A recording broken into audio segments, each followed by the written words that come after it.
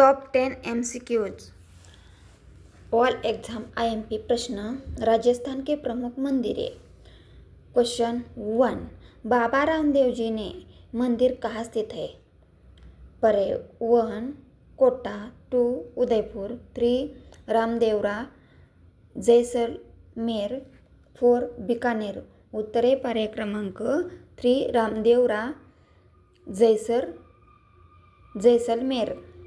Solution दिया है। बाबा रामदेव पीर का प्रमुख मंदिर राजस्थान के रामदेवरा में है। क्वेश्चन 2, तनोट माता मंदिर कहाँ स्थित है? पर्याय 1 जोधपुर, 2 जैसलमेर, 3 पाली, 4 कोटा। उत्तर है उसका जैसलमेर। सॉल्यूशन दिया है। तनोट माता मंदिर भारत पाक सीमा के पास जैसलमेर में स्थित है। क्वेश्चन 3, सुंदा माता मंदिर कहाँ स्थित है? पर्याय 1 बड़मेर, 2 जैसलमेर, 3 सुंदा पर्वत जलोर, 4 पाली।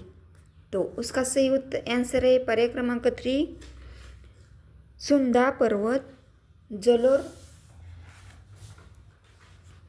सॉल्यूशन दिया। सुंदा माता मंदिर अरवली पर्वतमाला के सुंदा पर्वत पर स्थित है। क्वेश्चन 4,